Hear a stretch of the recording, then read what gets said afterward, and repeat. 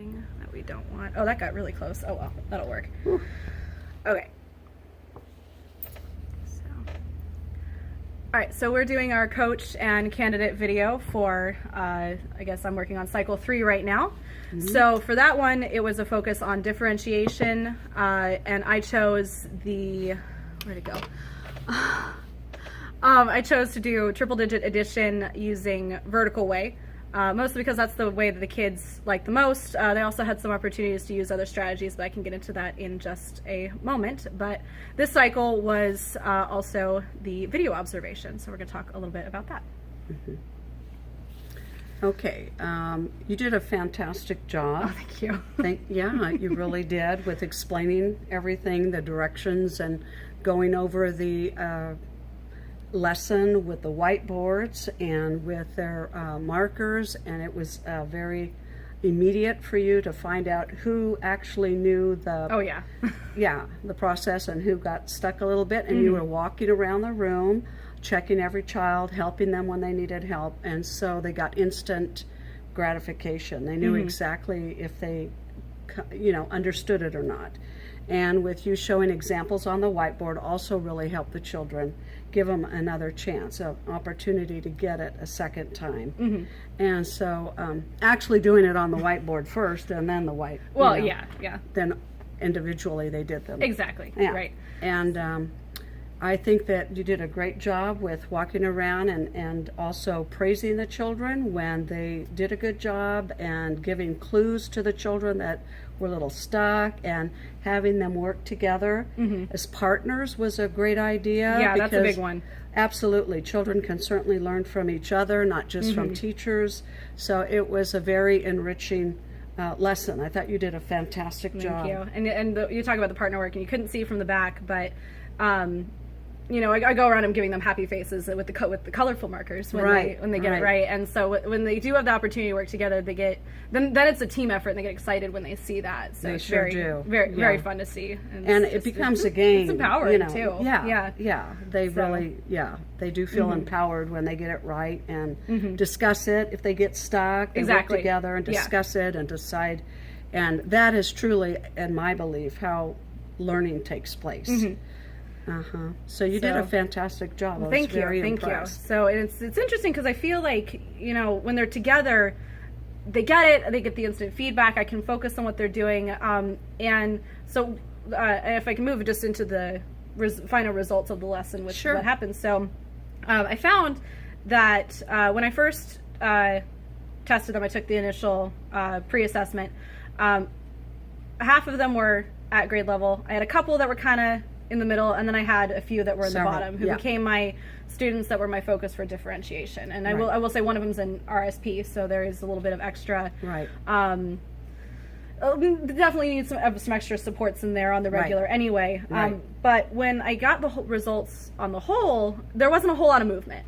There were several who moved from the middle to the top, and then the rest just kind of stayed where they were, which was a little disheartening, I have to say, because we work so hard, and you see that they've got it, and then unfortunately you release them on their own. It's like, oh no.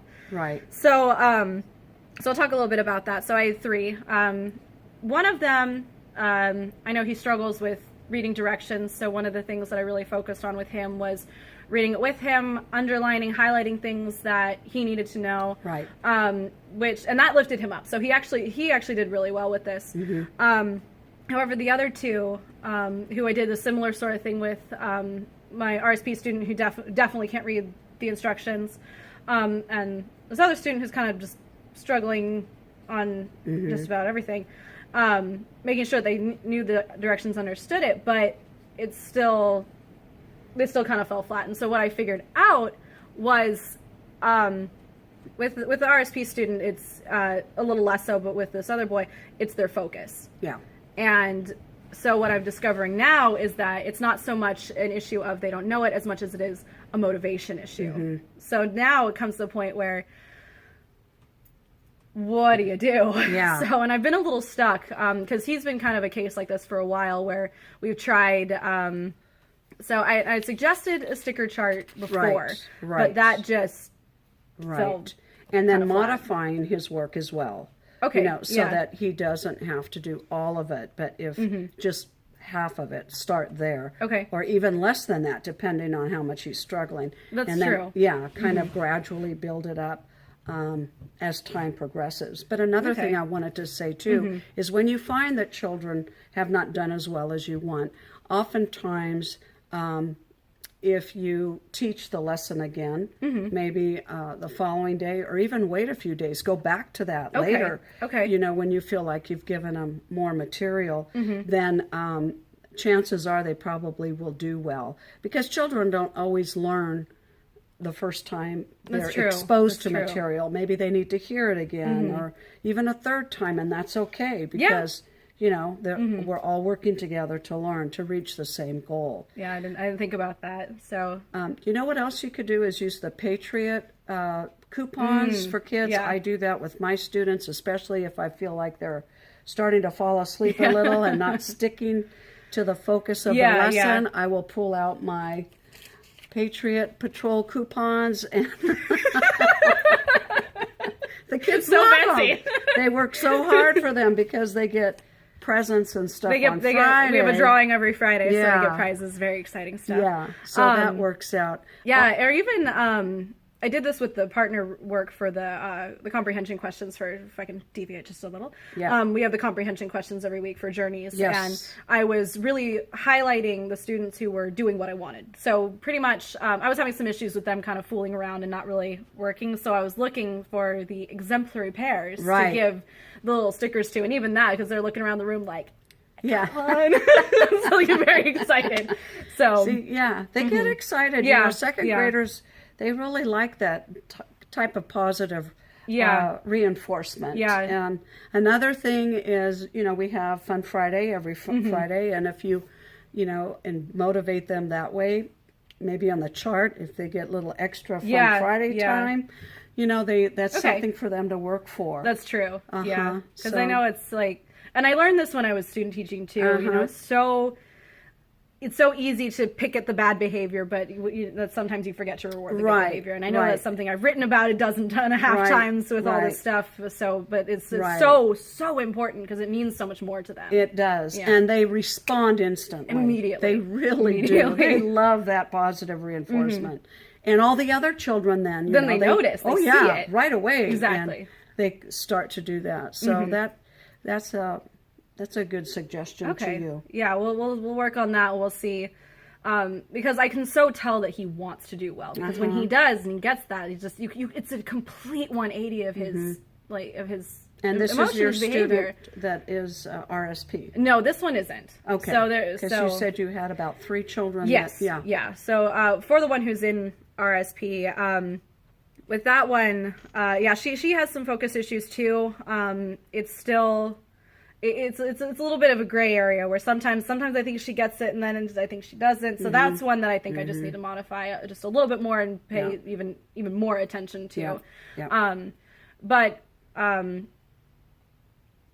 was I going with that? I don't remember, but it's okay. So we'll see what happens.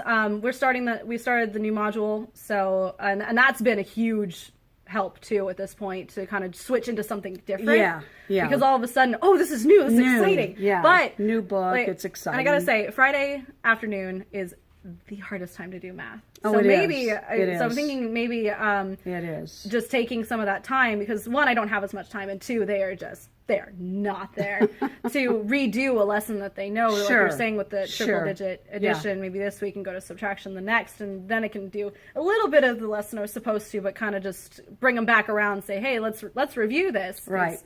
That's not coming back around for a while. Yeah, they definitely need to know how to do that. Yeah. Well, that's good. Yeah. I think, I appreciate the fact that you're always self-evaluating. Oh, always. You're always trying to find a way when you're critiquing yourself and seeing, what is successful, what works, what doesn't, and what can I do. Yeah. And, the fact that we are right next door to each other, we talk every day, all day long. So it works out perfectly. No, it's fantastic. Yeah. It's absolutely fantastic. So thank you. But you're doing a great job. You're heading in the right direction. And fantastic. Yeah, thank you. All right.